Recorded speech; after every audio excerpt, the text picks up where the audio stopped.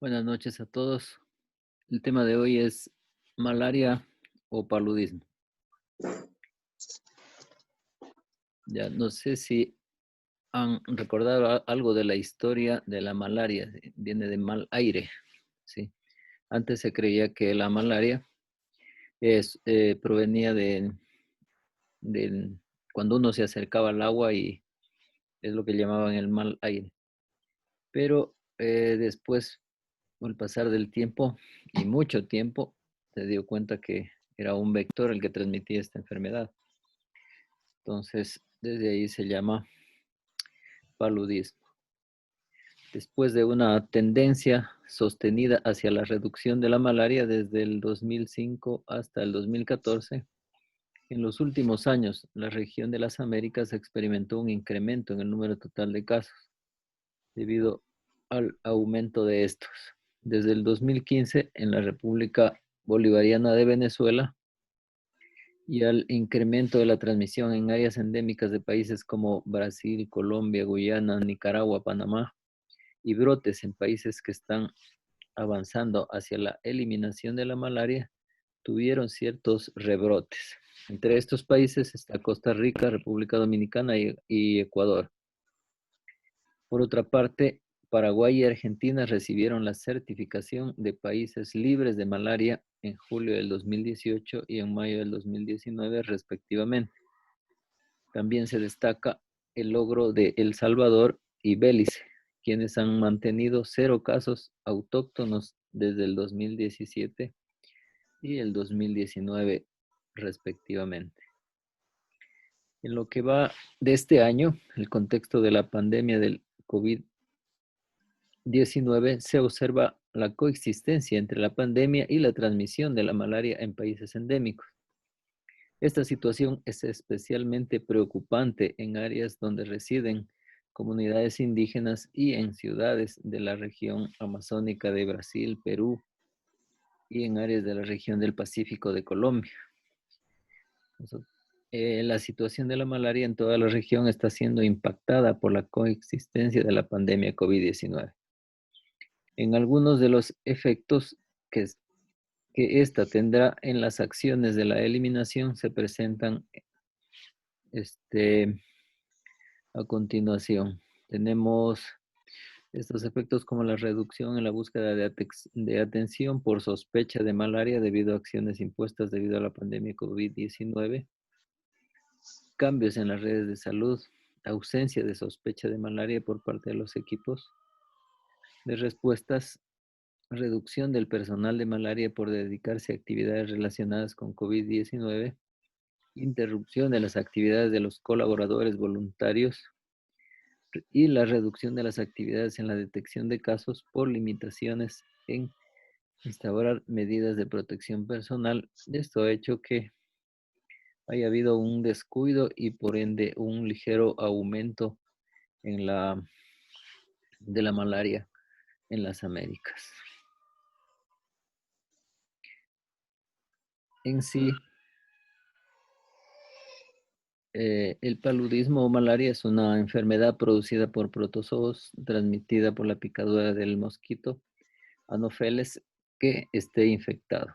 Es la más importante de todas las parasitosis de los seres humanos. Se transmite en 106 países en que moran 3 millones de personas y causa aproximadamente 2.000 fallecimientos cada día. Entonces es bastante preocupante esta cifra. Por lo tanto, las tasas de mortalidad están en fase de disminución como consecuencia de programas de erradicación muy eficaces en algunos países. El paludismo ha sido eliminado ya en Estados Unidos, Canadá, Europa y Rusia. Sin embargo, a finales del siglo XX y comienzos del siglo XXI, su prevalencia, a pesar de lo mencionado, aumentó en muchas zonas de los trópicos. Entre los elementos que han intervenido en la reactivación de la enfermedad están el aumento de la resistencia del parásito a los fármacos, cosa que es un poco alarmante. La resistencia de sus vectores a los insecticidas, los viajes y la migración de los seres humanos, este aumento en el movimiento humano también ha hecho que hayan rebrotes en ciertas regiones de casos importados, como en los Estados Unidos, en Europa, que supuestamente ya había sido erradicado. Va a continuar entonces Gladys, ¿estamos listos? Sí, todos. Para continuar con su clase. Muy buenas noches, compañeros. Buenas noches, doctor.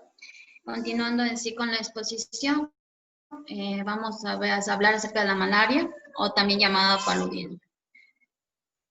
En sí, la malaria es una infección parasitaria de mayor impacto e incidencia en el mundo. Es causada por protozoario, también llamado de género Plasmodium. Esta incide principalmente en lo que es, o afecta principalmente a lo que es el hígado, y luego va a afectar a los eritrocitos. A la vez tenemos que saber que en 1955 y 1967 la OMS comenzó con una campaña en la cual pensaban erradicar en sí esa enfermedad. Esta campaña se hizo por medio de fumigación de la DDT, que era el dicloro, difenil, dicloetano en sí. Esto nos permitía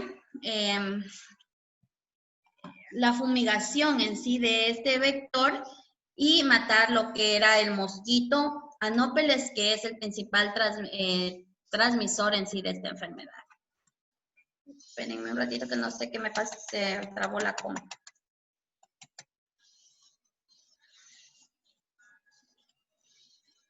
Y ahora.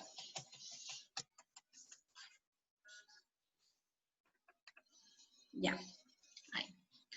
Entonces, como les estaba diciendo, el protozoario que principalmente transmite este mosquito va a ser principalmente el mosquito, va a ser hembra y va a estar infectado por el protozoario también llamado Plasmodium. Esta enfermedad es importante ya que afecta a 108 países a nivel mundial. Tiene 3.300 millones de personas que están expuestas a nivel mundial y 247 millones de casos a nivel también mundial. Entonces, vamos a ver que al año va a haber de 300 a 500 millones de casos, aproximadamente 1 millón de muertes al año.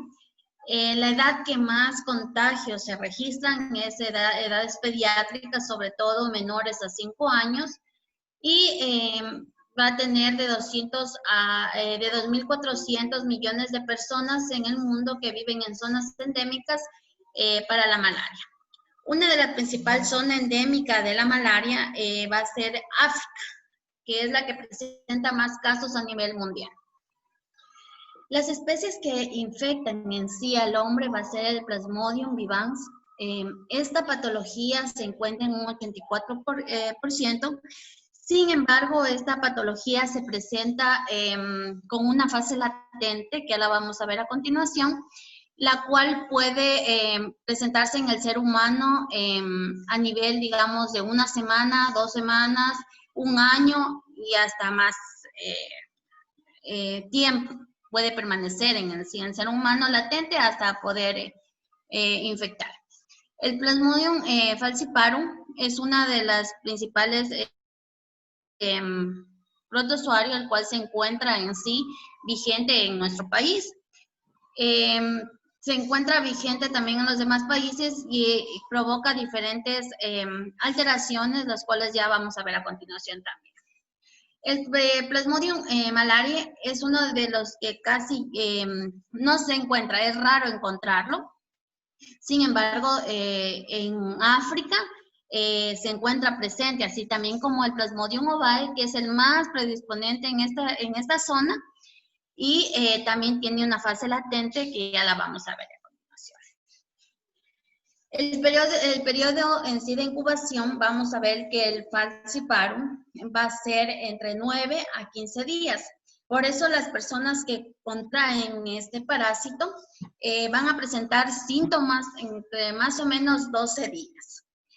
El Vivans, como ya les dije anteriormente, tiene una fase latente, la cual permite que las personas que tienen este parásito produzcan recaídas dentro de 8, 13 meses e incluso años.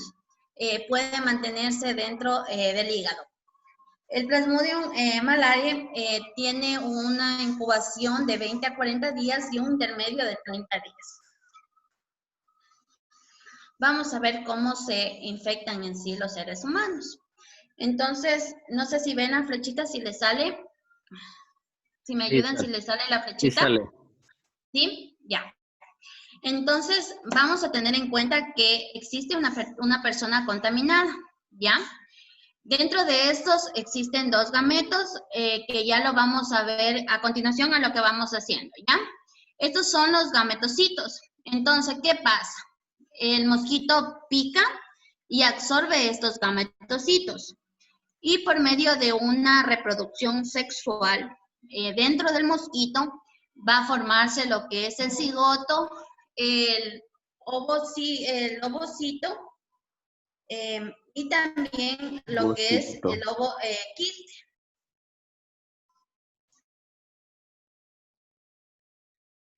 Para después formar los esporozoitos, que es los que ya contienen, digamos, en el piquito, digamos, en donde pican, lo mantienen aquí en la glándula salival de ellos para volver a infectar.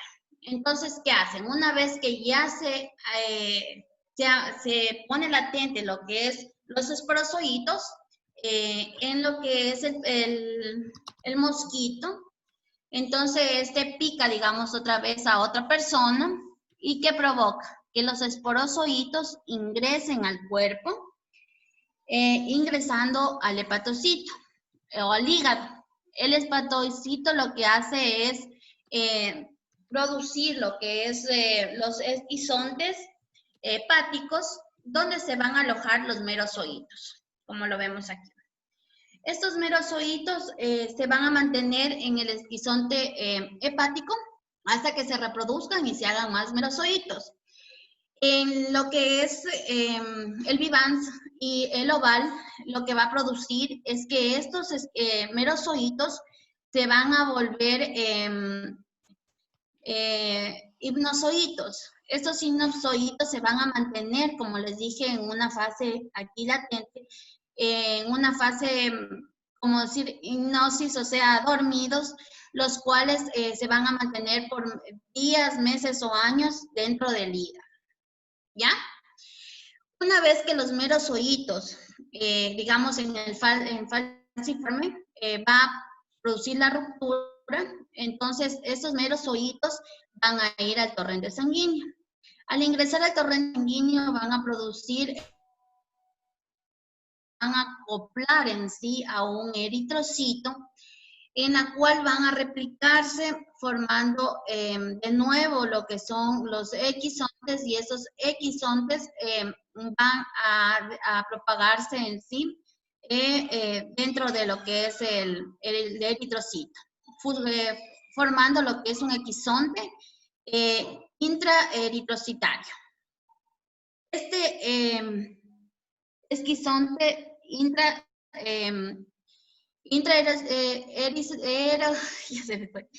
intraeritrocitario lo que va a producir es 2 gametos, como ya los vimos anteriormente. Un gameto masculino y uno femenino, que van a ser los gametocitos. Y esta es la forma activa en la cual se van a infectar en sí lo que es el mosquito Anopheles. Entonces va a seguir de nuevo la reinfección, que va a ser por medio del mosquito, haciendo que este mosquito cumpla de nuevo lo que es la reproducción sexual dentro de su organismo y vuelva a picar a otro ser humano.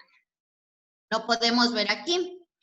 En el mosquito va a haber una reproducción sexual en la cual va a haber los gametocitos, seguido del cigoto, el oquineto, y también lo que es el oquiste, y luego para formar los esporozoitos. Tenemos que tener en cuenta que muchas de las personas, o sea, muchas veces nos preguntan cuál es el ovocito o el gameto en sí que tiene movimiento dentro de lo que es este mosquito y que permite en sí moverse hasta el torrente sanguíneo y lograr infectar en sí a lo que es el ser humano. En este caso va a ser el equineto, que va a ser el que se va a mover en sí hasta llegar a la glándula salivar. En el ser humano se produce la reproducción asexual, como ya lo vimos anteriormente, en que ingresa el esporozoito, luego pasando por el hígado y formando lo que es el equisonte hepático, y produciendo lo que es la liberación del merozoito, y asimismo yendo el torrente sanguíneo forma otro equisonte intraeritrocitario, el cual también produce lo que es trofozoitos, y esto también produce lo que es los gametos, como lo podemos ver aquí. Y los gametos son la parte en la cual absorben, si el mosquito, como lo podemos ver aquí, este es el gameto, los tenemos aquí a los gametos, absorbe el mosquito y va a volver de nuevo a la fase de reproducción sexual dentro del mosquito. ¿Alguna pregunta hasta ahí? Chicos, ¿la entendieron o no me Las entendieron? diferencias, ¿cuáles serían entre el falciparum y el vivax? El falciparum en sí, vamos a ver que este no se encuentra, no se vuelve en una fase de inozoitos, o sea, va a estar aquí, digamos, permanente, o no va a haber una recaída, digamos, de este paciente, ¿ya? Porque no va a estar aquí, como decirse, dormido. En cambio, el oval siempre va a mantenerse una parte de ellos dormido y otra parte va a afectar. Entonces puede pasar, digamos, la enfermedad supuestamente y después de unos meses o años puede volver a presentar lo que es la malaria o el paludismo. Sobre todo va a haber en esa fase, va a ser diferente, digamos, esta. En cambio, el falciforme, sí, él se va a mantener, en cambio va a ser todo el proceso y si en caso ya se combate esto, se va a erradicar completamente. Claro, otra diferencia también es en la cantidad de merozoitos liberados por cada hepatocito infectado. Entonces, en el falciparum es donde más se elimina mayor cantidad, son alrededor de 30.000. En cambio, en el vivax es la que tiene menor cantidad, ¿sí? 10.000. En cambio, el Plasmodium ovale y el malaria es un término medio, más o menos unos 10.000. Siga. ¿Ya? Entonces, el ciclo de transmisión, vamos a ver que va a existir lo que es primeramente lo que es el esporozoito, ya interno en un vector, y esto va a ir al huésped inicial, que puede ser, que es el ser humano, y en la cual va a haber transmisión o infección tanto hepática como sanguínea, y también nos decían en algunas literaturas que también hay transmisión intraútera. El segundo vector lo que va a hacer igual va a ser que dentro va a coger los gametocitos de la sangre en sí del primer huésped, digamos, o del huésped inicial, y va a ser transmitido al segundo huésped, como se lo puede denominar. Y este a su vez igual va a ser infección hepática o infección sanguínea, y así sucesivamente es la transmisión de este mosquito. ¿Cuáles son los síntomas que va a presentar la malaria o paludismo? En sí, principalmente el síntoma que va a presentar son las fiebres altas mayores a 40 centígrados. El sudor abundante, el dolor de cabeza, el dolor muscular en todo el cuerpo, el cansancio, las convulsiones, la confusión mental, el trastorno digestivo, los vómitos, la náusea, la anemia y los escalofríos. Tenemos que tener en cuenta que existen 3 fases que se presenta esta enfermedad. La fase fría, la fase caliente y la fase húmeda.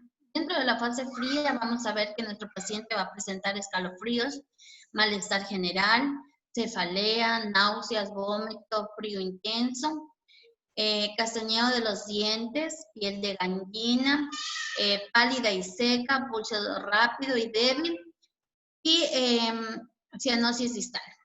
En los niños se va a presentar convulsiones por esta fiebre que ya lo vimos anteriormente, mayor a 40 centígrados, y la duración va a ser de 15 minutos a 1 hora. Tenemos que tener en cuenta en la fase caliente que la alza térmica va a ser de 40 a 41 grados centígrados. La cara va a estar congestionada, también álgica, la piel se va a encontrar seca y caliente, el pulso amplio, cefalea intensa, vómitos, y ese paciente nos va a pedir agua o va a estar con sed, muy deshidratado. La duración de esto va a ser de 2 a 4 horas. En la húmeda es porque el paciente va a presentar sudoración profusa, baja de temperatura, sensación de mejoría y sueño profundo. Esta fase va a tener una duración de 2 a 4 horas. Y la fase de apirexia va a ser por 24 a 48 horas, en la cual el paciente va a sentir supuestamente mejoría, pero va a estar adormitado, con malestar general, como lo podemos decir.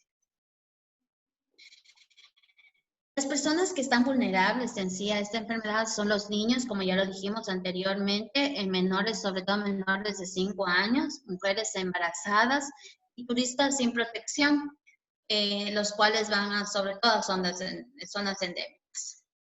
La presentación clínica de esta malaria va a ser malaria aguda clásica o no complicada, malaria crónica, malaria en niños, malaria en embarazadas, y también se va a presentar con otras enfermedades como nefropatías maláricas, esplenomegalia malárica hiperreactiva, fiebre biliosa, hemoglobinúrica y malaria cerebral. Tenemos que tener en cuenta que dentro de la malaria no complicada va a haber una triada clásica, la cual va a ser la anemia, la esplenomegalia y puede haber ictericia. Dentro de la malaria crónica vamos a ver que se va a encontrar la esplenomegalia, la hepatomegalia dolorosa, accesos febriles irregulares de pequeña intensidad, piel amarilla, terrosa, palpitaciones, hipotensión, dispepsia, astenia, somnolencia y fatigabilidad. ¿Cómo prevenimos en sí la malaria o el paludismo? Principalmente, si es que sabemos que nos encontramos en una zona endémica, tenemos que mantener lo que son los mosqueteros. En sí, esta es una malla con pequeños orificios, los cuales nos permiten en sí evitar el ingreso de este mosquito anófeles, y estos deben estar impregnados en sí por insecticidas. Otra forma de prevenir esta malaria es evitar en sí que dentro de los hogares existan pozas de agua o reservorios de agua, los cuales incrementen los mosquitos y puedan incrementar la producción de estos mosquitos que contengan estos parásitos. También tenemos que tener en cuenta que se debe cubrir en sí lo que son las ventanas con mallas, las cuales tienen pequeños orificios, igual que los mosquiteros, y no permiten el ingreso en sí de los mosquitos. Evitar en sí salir a las madrugadas y al anochecer, que es donde más salen, digamos, esos mosquitos y donde pueden afectar a nosotros como seres humanos. Y evitar la acumulación, como ya lo dije, de botellas, en botellas, pozos cerca de casas, Otra forma de prevenir esto es mantener la superficie en sí corporal cubierta completamente, utilizando ropa con manga larga, pantalón, en las cuales evitar en sí que piquen estos mosquitos, y las vacunas de medicamentos. El diagnóstico va a ser epidemiológico, clínico y laboratorio. Epidemiológico cuando hablamos en sí de zonas endémicas en las cuales se sabe que ya existe este vector y puede afectar. En eso estamos hablando de los 108 países los cuales se encuentra esta enfermedad. Dentro de la clínica en sí vamos a ver que el paciente nos va a presentar fiebre actual o reciente en los últimos 30 días. Nuestro paciente también va a presentar escalofríos, fiebre y diaforesis, así también como cefalea intensa, síntomas gastrointestinales y mialgias. La anemia principalmente se produce por la ruptura de estos eritrocitos, los cuales fueron afectados por el vector. También esplenomegalia, sobre todo, se va a producir por los merozoitos, los cuales botan una tinción que va a producir en sí el agrandamiento de lo que es ¿cómo se llama? El riñón. Así también como puede producir lo que es la hepatomegalia. Evidencia de manifestaciones severas también. Dentro de diagnóstico de laboratorio vamos a hacer la demostración del parásito. Esto se lo realiza por la gota gruesa. En sí es la acumulación de matíes por un campo. Esto se lo va a realizar dentro de un portaobjeto en la cual al paciente se va a sacar en sí una gota de lo que es un dedo, tanto puede ser de la mano como del pie, una gota bien gruesa, como se lo puede decir, y se va a realizar la extensión y la fijación. Se va a ver dentro de la acumulación en sí que existe de la sangre y ver si existe este protozoario, Plasmodium, el cual nos va a dar la confirmación positiva o negativa de la enfermedad.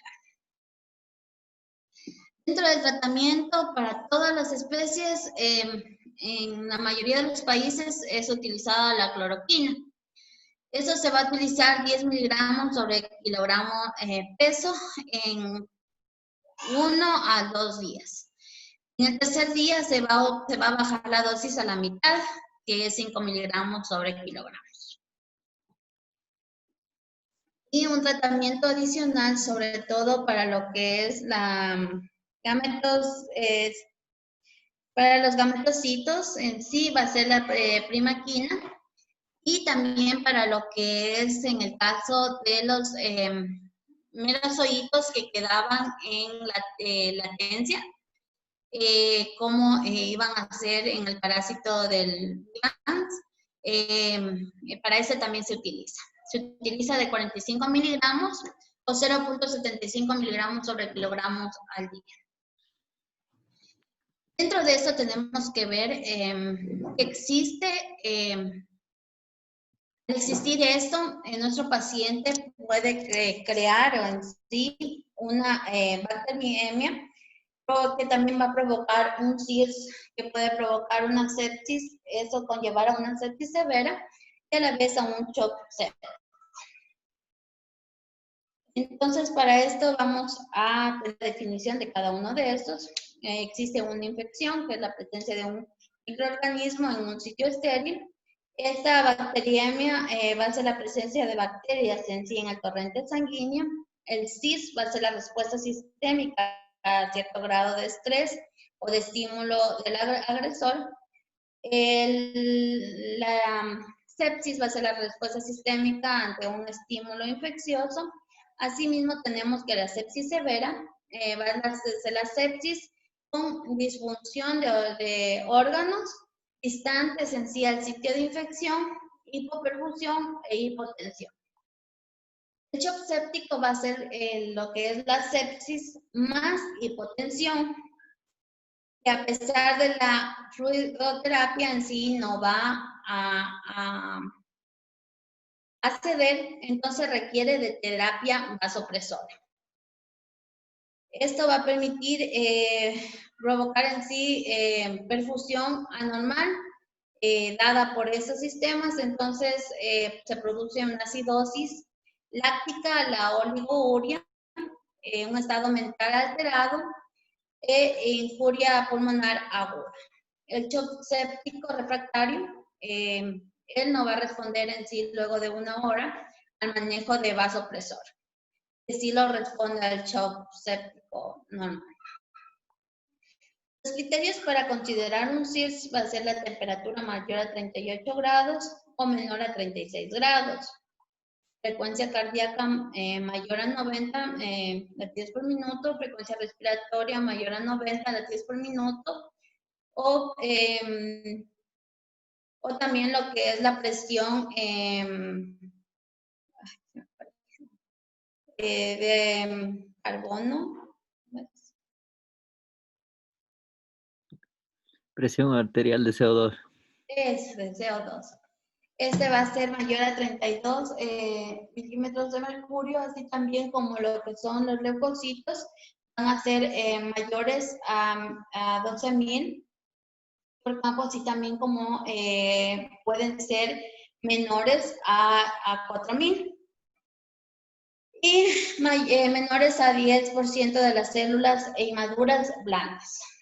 Para considerar estos también criterios, tenemos que tener en cuenta que cada uno de las fases antes dichas van a tener diferentes fases y criterios para poder ir diciendo que la enfermedad puede ingresar, digamos, a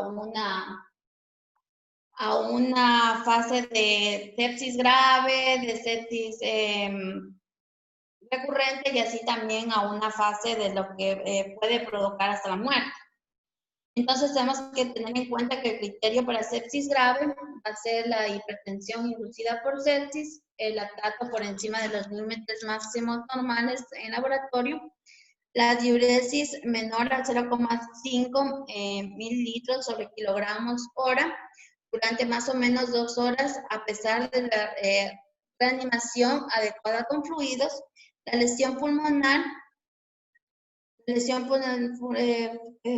pulmonar aguda, el PAP2, el FIO2, menor en sí a lo que es 250 con ausencia de neumonía como foco de infección, así también como la lesión aguda, menor a 200 por neumonía o foco de infección.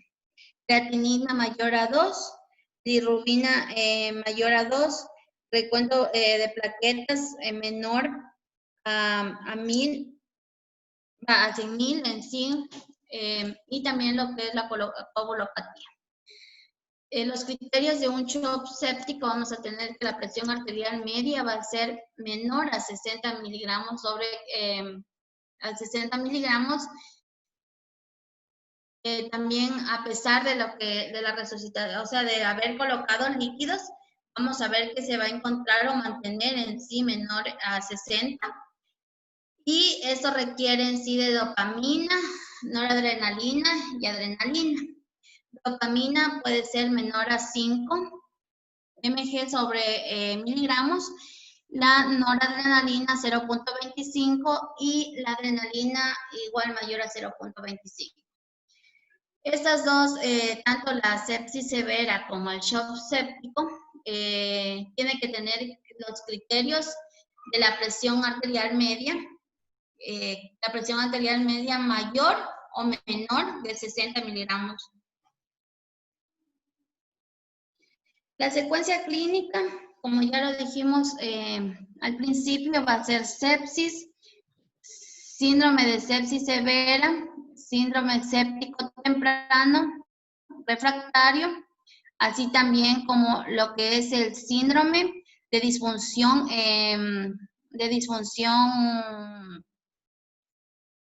orgánica y lo que es la muerte. Tenemos que tener en cuenta que dentro de la sepsis se va a provocar lo que es la hipertermia, la hipotermia, la taquicardia, la taquimia y las alteraciones en sí de la fórmula B. La sepsis severa sobre todo va a provocar cambios mentales, hipoxemia y lo que es va a provocar alteración en el lactato en el plasma y oligouria. Así también tenemos como en el shock séptico temprano va a existir la hipotensión o el pobre llenado capilar responsable de en sí o sea, de no haber, o sea, de no haber mantenido, digamos, una adecuada reabsorción, digamos, de estos líquidos y lo que son las intervenciones de los fármacos no haber reabsorbido, digamos, nuestro cuerpo y haber aceptado estos fármacos. El shock séptico refractario, sobre todo se puede encontrar con quedarse en sí, ¿me escuchan? De 12 horas y a Sí, pesar está de bien. los líquidos en sí requerir apoyo de vasopresores. Al requerir apoyos de vasopresores vamos a ver que se va a activar lo que es el modo o la disfunción en sí. Entonces va a existir una insuficiencia renal, insuficiencia renal sobre todo aguda, una insuficiencia hepática aguda, una disfunción cerebral aguda. Si es que en caso de estos, al haber existido apoyo de vasopresores y también haber existido el apoyo de líquidos intravenosos y no haber respondido adecuadamente nuestro paciente, al realizar una insuficiencia renal hepática aguda, así como también una insuficiencia renal, una insuficiencia hepática, renal aguda y hepática aguda, ese paciente puede producirse en sí lo que es la muerte. Eso. Gracias. Ya muy bien. Muy bien el tema abordado, ¿no es cierto? Lo más importante es reconocer esa última parte, ¿sí? Las manifestaciones de paludismo grave. Entonces tenemos que reconocer cómo es el coma profundo, el paludismo cerebral, acidemia o acidosis, la anemia normocítica o normocrómica grave, cualquiera de las dos se puede presentar, insuficiencia renal, reconocer el edema pulmonar o síndrome de insuficiencia respiratoria del adulto, puede haber hipoglicemia, hipotensión, estado de shock, hemorragia, una coagulación intravascular diseminada o incluso hasta convulsiones. Otras manifestaciones de mal pronóstico, especialmente del paludismo grave por el falciparum, es la agitación marcada, la hiperventilación, la hipotermia, hemorragia, el coma profundo, las convulsiones repetidas, la anuria y el estado de shock del que se ha estado hablando. Y por último, el tratamiento, pues el más aconsejado es la cloroquina. ¿Sí?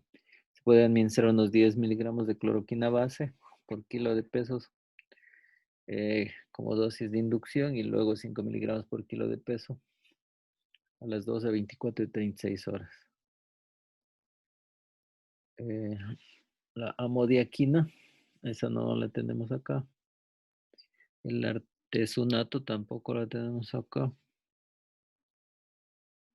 Otros medicamentos de segunda línea, está la tetraciclina, 4 miligramos por kilo de peso cada 6 horas por 7 días. La doxiciclina, 3 miligramos por kilo de peso una vez al día por 7 días. O la clindamicina, a 10 miligramos por kilo de peso cada 12 horas por 7 días. Esos son los medicamentos de primer nivel y los de segundo orden. Eso en cuanto a la prevención, ¿qué nos podría decir José?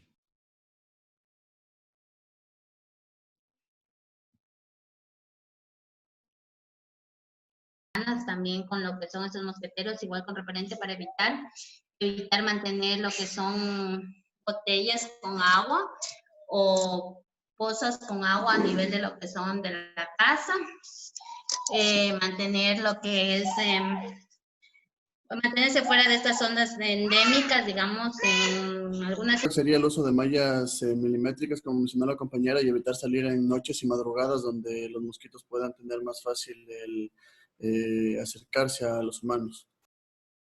Ya, esas medidas son, ¿cierto?, las que debería realizar las comunidades y también deberíamos emprender campañas de educación, incluso de eliminación de aguas residuales, que es donde se reproduce el vector.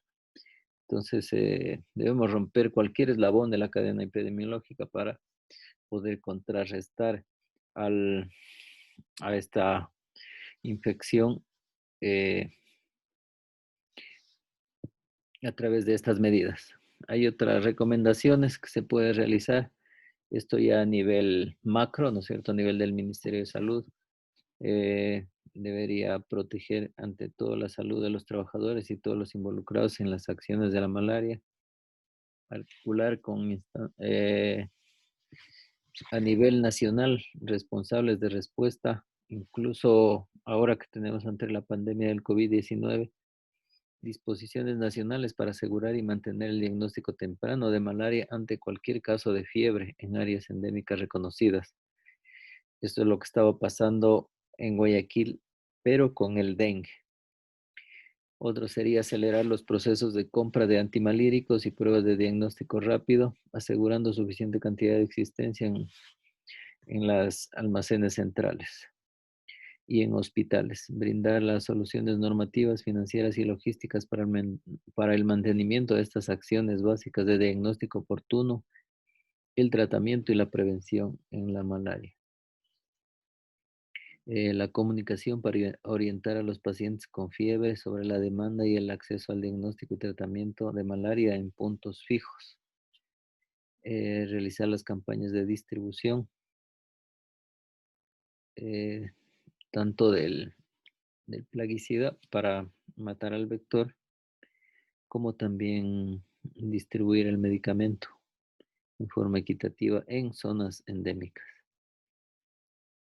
También se deben destacarse los esfuerzos de algunos países por mantener la información semanal de casos de malaria actualizado para el acceso público a boletines electrónicos en la página. Esto se hace, todos los epidemiólogos trabajan con esto a través de esta hoja de EPI.